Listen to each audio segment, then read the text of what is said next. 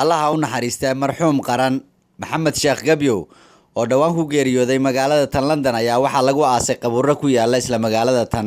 Aaska marxuumka ayaa waxaa ka soo qayb galay qaybaha kala duwan ee bulshada, waxaana si aad uga warbixiyay taariikhda uu lahaa siyaasiyiin hore ula soo shaqayn jirtay uu ka mid yahay ra'iisul wasaarihii hore Nuur Cadde. allaha u naxariistay Abukaato Maxamed Sheekh Cusmaan ayaa waxa uu ahaa qareenkii ugu horeeyay ee qoray dastuurkii qaranka Soomaaliyeed. maantii waxaan halka u joognaa oo halka u nimidnay aaskii Dr. Abukaato Maxamed Sheekh Gabyow. ilaahay samir iyo iimaan ha naga siiyo, ilaahay ha u raxmado, jannadii allah ka waraabiyo. Abukaato Maxamed Sheekh Gabyow wuxuu runtii kaalin wax ku oola oo weyn ka soo qaatay qarannimada Soomaaliyeed, sida la wada ogsoon yahay taariikh dheer oo lahay. wuxuu bilowgiiba markii qaranku Soomaaliya ay qaadatay gobonimada, wasiirkii dastuurka ayuu ahay. dastuurkana asaga ayaa runtii ka soo shaqeeyo soo saaray oo lagu yiqiinay ilaa haddana muddo dhowna dastuurkaasu runtii dastuuriya qiimo ah u ahay. waxaan aad iyo aad aan runtii ugu ka tiiraaysannahay geeridii, laakiin waa xaq, kulligeyna waa meel aan u wada jeedno. waa la kala dambeynayaa, laakiin meesha un loo socdo waxa waaye in muxuu ahaay qof walba wakhtigiisa ayuu ilaahay oofsan doonaa. maanta waxaan halkaan u nimid inaan duugno ama aan aasno walaalkeen Dr. Abukaato Gabyow oo ka mid ahaa dadka farakutiriska ah ee wax laga weydiiyey arrimaha Soomaaliya dhinac kasta, aqoon u leh, ixtiraam ku lahaa, bulshada ku lahaa.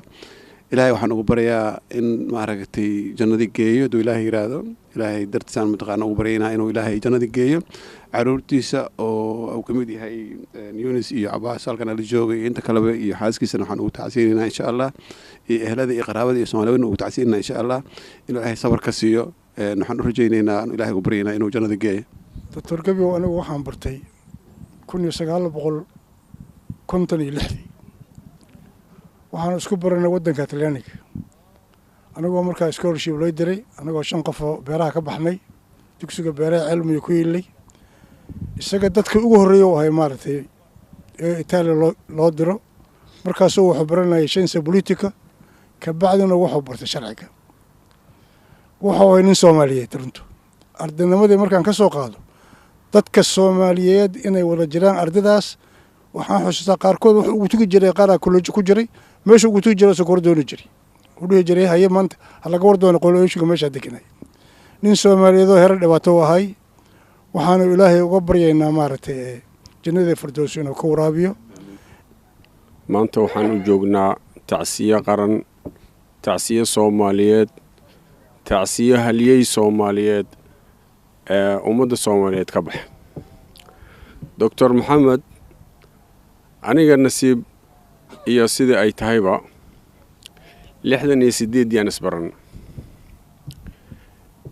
afarteena magacna waa isku mid, aniga asaga 4 magacaan iska lena.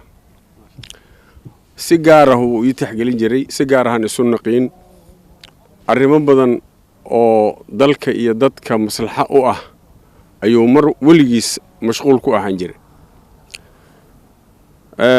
ummadda Soomaaliyeed aan uga tacsiyadeynaa guud ahaan, gaar ahaan waxaan u tacsiyadeynaa qoyskii iyo ehelkii oo ka baxay marxuum Maxamed Sheekh Maxamuud Sheekh Axmed.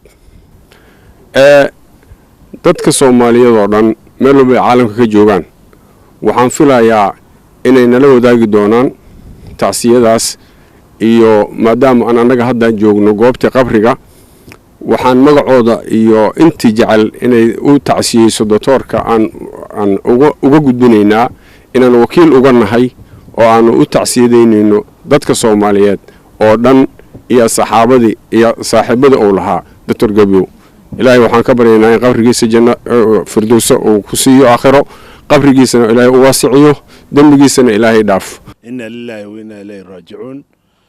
anoo ku hadlayo magaca ehelka ama qaraabada دكتور محمد جنادي فردوس الله كورابيو ميلو ودا سocdo waaye maalin walbanima oo meeshaas la geeyaha waxaan ka mahad celihaa dadkii qaraabada iyo Soomaalinimo system intuu yimid doctorka nala aasay taariikhdiisana waa laga wada hadlaa aniga inaan dib ugu noqdo ma rabo nin yaraan ahay laakiin wax walba waa qoran yihiin anoo saas u arkiifida inuu ku jiro haddana dadkii xogogaalka ahaa ee u soo jooga ka hadlay former prime minister Nuur Cadde khayr Allah ka siiyo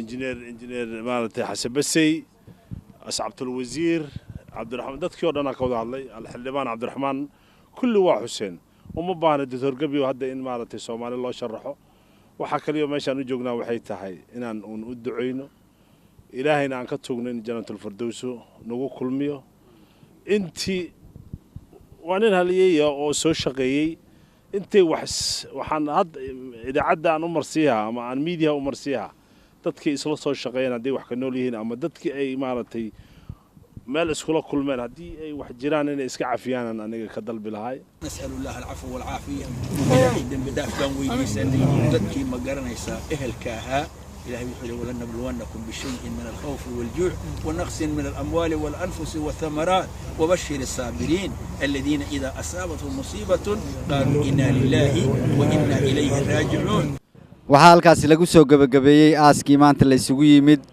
Allah u naxariiste marxuum qaran haliyey Maxamed Sheekh Gabyow